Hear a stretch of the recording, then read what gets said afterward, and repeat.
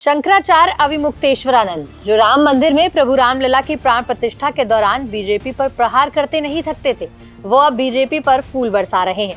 वाराणसी में पत्रकारों से उनकी बातचीत के बाद तो यही लगता है। हाल ही में जो चुनाव हुए उसको लेकर उनका बयान सामने आया है, जिससे लग रहा है कि शंकराचार्य महाराष्ट्र में भाजपा की प्रचंड जीत से काफी प्रसन्न है। देखिए, ये गड़बड़ी वाली बात तो अलग है, उसका तो प्रमाण दे करके ही कहा जा सकता है। अगर प्रमाण होगा तो उस पर विचार करके बाद में चुनाव निरस्त भी हो जाएंगे, वहां के जहां गड़बड़ी बता सकेंगे विपक्षी लोग। और केवल कहने के लिए तो हर समय जो हारता है वो कहता ही है, ये कोई बात नहीं।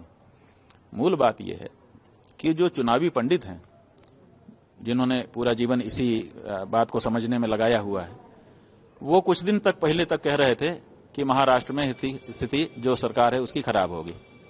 लोकसभा का चुनाव हुआ, उसमें परिणाम भी उसी तरह के आ गए, तो ऐसी परिस्थिति में और भी यही धारणा बन गई। उसके बाद चलता ही रहा, ज्यादा से ज्यादा खींचतान के बराबरी पर मुकाबला लेकर आए कि कुछ भी हो सकता है। लेकिन जब परिणाम आया तो आप देख रहे हैं, आज तक के इतिहास में इतनी बड़ी जीत किसी पार्टी या गठबंधन की नहीं हुई जो अब हो गई। तो ये पता क्यों नहीं चला लोगों को?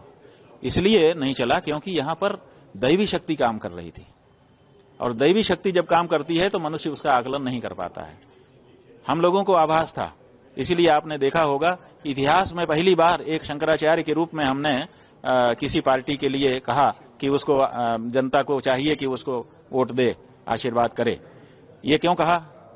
हम अपनी मर्यादा को भूल रहे थे क्या? नहीं, भूल नहीं रहे थे, लेकिन हम दैवी जो शक्ति है उसका अनुभव कर रहे थे कि ये आशीर्वाद एकनाथ शिंदे को मिल गया, क्योंकि उस व्यक्ति ने धारा से विपरीत जाकर के 78 साल की आजादी के बाद के इतिहास में जो नहीं कोई नेता कर पाया, ऐसा काम उस व्यक्ति ने कर दिया। गौ माता को पशु सूची से हटा करके राज्य माता का दर्जा दिया। उसी समय हम लोगों को लगा था कि ये गौ माता का आशीर्वाद इस व्यक्ति को मिलेगा, और जैसे जैसे चुनाव आता गया हम लोगों को ये बात दृढ़ता से समझ में आने लगी। तभी हम लोगों ने कहा था, और हमको बड़ी प्रसन्नता है कि गौ माता ने अपने बेटे एकनाथ शिंदे को इस तरह का आशीर्वाद दिया।